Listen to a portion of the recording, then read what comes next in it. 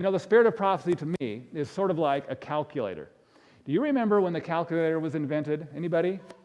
It was 1970, around 1970. And I remember when my father came home with this machine right here, a Bomar calculator. It had division, it could do multiplication, subtraction, and addition. That's all it could do. And before he had that, he did all his accounting on this big adding machine, big giant thing. And so he came home with this one day. He paid $300 for this little teeny little, well, it wasn't very teeny, it was actually kind of big, a box.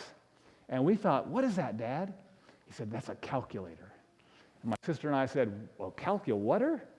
You know, calculator, it does all this stuff. It's going to replace our adding machine. And I said, well, what does it do? Well, it does all that. It adds up, it'll add anything.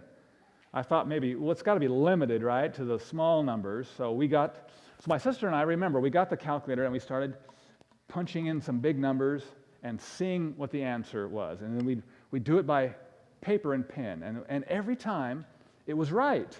Did anybody ever do that, or I'm the only weirdo here? Right? Did you do that when the calculator came out?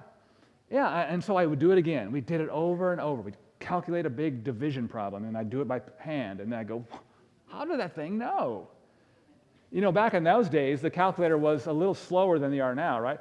This back then, 1970, the 70 Bomar edition, you would put the number in, and if it was a big number, you'd push equal, and it would actually take a moment, like a half a second before it would pop it up. Does anybody remember that? Maybe it'd smoke a little bit, and it would think about it, and you hear some monkeys in there.